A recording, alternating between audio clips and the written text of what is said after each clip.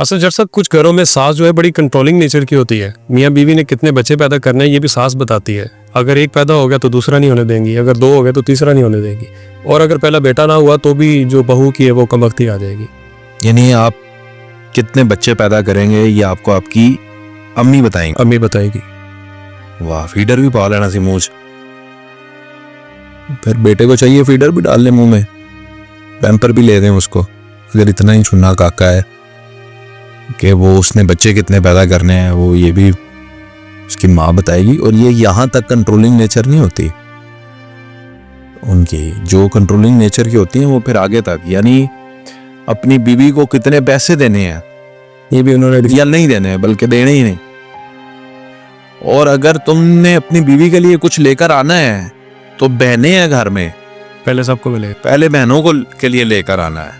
اور تم اپنا گھر نہیں بنا سکتے ایسے ہی, کیونکہ تم نے ابھی بہنوں کی شادی نہیں کی, شادی کرنی ہے. اور گھر میں 3 بھائی اور ہیں لیکن تم نے بہنوں کی شادی کرنی ہے, بالکل ہے, کیونکہ بڑے تم ہو. تو بڑا کچھ کرتی ہیں ساسیں. لیکن دیکھیں, اگر تو یہ پرانے دور کی بات ہے اور آپ اس کو ایز اے ایڈوائس لے رہے ہیں ان سے کہ ٹھیک ہے جی مہنگائی ہے, بچوں کا پلنا جو ہے وہ مشکل ہے, تو آپ ایک بچہ پیدا کریں, اگر تو ایڈوائس کے طور پہ تو اس حد تک تو جی ویری گڈ. کوئی بھی بڑا بزرگ آپ کو یہ ایڈوائس تو کر سکتا, مطلب میں آپ کو کہہ سکتا ہوں, آپ مجھے کہہ سکتے ہیں صاحب جی کماندے تسی مہینے دا 30,000 روپے اور بچے تسی 3 پیدا کیتے ہیں تو سارے, یہ تو آپ مجھے کہہ سکتے ہیں, یعنی قانون نافذ نہیں ہو سکتا.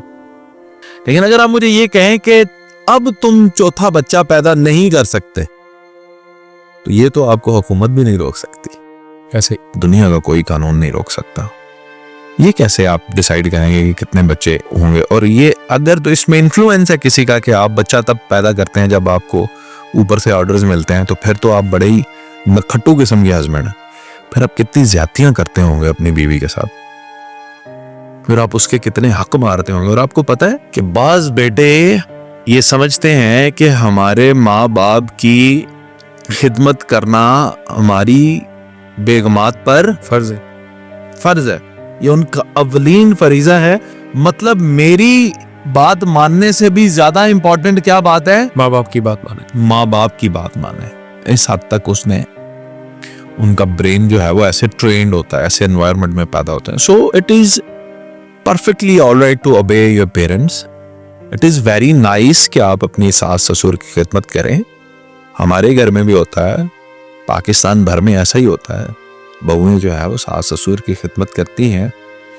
بٹ اگر آپ یہ کہیں کہ وہ ان سے آرڈرز لیں کہ بھئی اب آپ نے بچے کتنے پیدا کرنے ہیں, آپ نے اپنے میکے میں کب جانا ہے, یعنی پرسنل لائف میں انٹرفیئر نہیں ہونا چاہیے. سائڈ پہ ہو جائیں, آپ شادی کریں سائڈ پہ ہو جائیں. سائڈ سے کیا مراد ہوگی؟ سائڈ سے مراد یہ ہے کہ اپنا الگ گھر بنائیں. صحیح, اس کے اندر اگر آپ کے والدین جو ہیں وہ ان اٹینڈڈ ہیں تو آپ انہیں اپنے ساتھ رکھ سکتے ہیں, والدہ کو, والد کو آپ ان کی خدمت کر سکتے ہیں. بھائیوں کا تو آپ کے اوپر وہ ہے ہی نہیں ہے, وہ تو اپنا خود کریں گے. اور لیکن اس کا یہ مطلب میں قطعاً یہ نہیں کہتا کہ disconnect your self from family. Disconnect means کہ آپ for the sake of good الگ ہوں. جی آپ سمجھ رہے ہیں بات کو اچھے طریقے سے. میں پرفیکٹ ایگزامپل اس بات کی خود ہوں. And you know me and my family. آپ تو مجھے جانتے ہیں, ہم 2 بھائی ہیں, صرف 2 ہی بھائی ہیں, کوئی بہن بھی نہیں ہے ہماری, پھر بھی ہم الگ رہتے ہیں. ایسا ہی ہے, پر ہم ساتھ ہیں.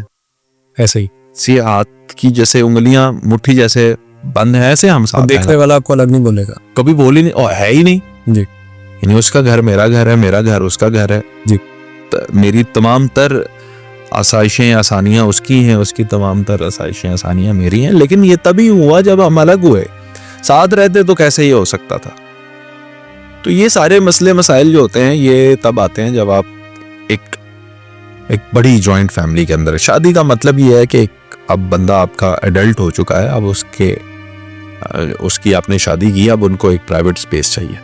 ان کا اگر گھر میں فار ایگزامپل آپ سب کے پاس تو گھر نہیں ہوتے یار, تو آپ کچن الگ کریں, صحیح, اپنا پورشن الگ کریں, اور زیرو انٹرفیرنس کریں بھائیوں کی اپنی فیملی کے اندر, بہنوں کی اپنی فیملی کے اندر فل پرائیویسی ہونی چاہیے. ہونی چاہیے. اب یہ آپ کی بیوی کی بہت اچھی بات ہے, بہت اچھی عادت ہے, یا اس کے پازیٹیو مارکنگ آپ اسے دیں, ایکسٹرا نمبر دیں اسے اگر وہ آپ کے والدین کی خدمت کرتی ہے. صحیح, کرنی بھی چاہیے. اس معاشرے میں رہ کے میں سمجھتا ہوں کرنی بھی چاہیے, ان سے بہت اچھا بنا کے رکھیں. اور یہ نروز خان صاحب ایک ہی صورت میں ممکن ہوتا ہے, وہ کون سی؟ جب مرد اقتدار میں ہو, پاور میں ہو. بالکل صحیح. جب مرد چڈو مرد, میں کہتا ہوں نا, چڈو مرد ہو نا, تو وہ کچھ بھی نہیں کر سکتے. ایک واقعہ کچھ عرصہ پہلے گزرا ہے کہ 3 بھائیوں نے اپنی تینوں بیویوں کو طلاق اس وجہ سے دی کہ وہ ان کے والدین کی خدمت میں کمی کر رہی تھی. یہ نہیں کہ نہیں کر رہی تھی, کمی کر رہی تھی. آج جنت میں جائیں گے, تینوں جنت میں جائیں گے.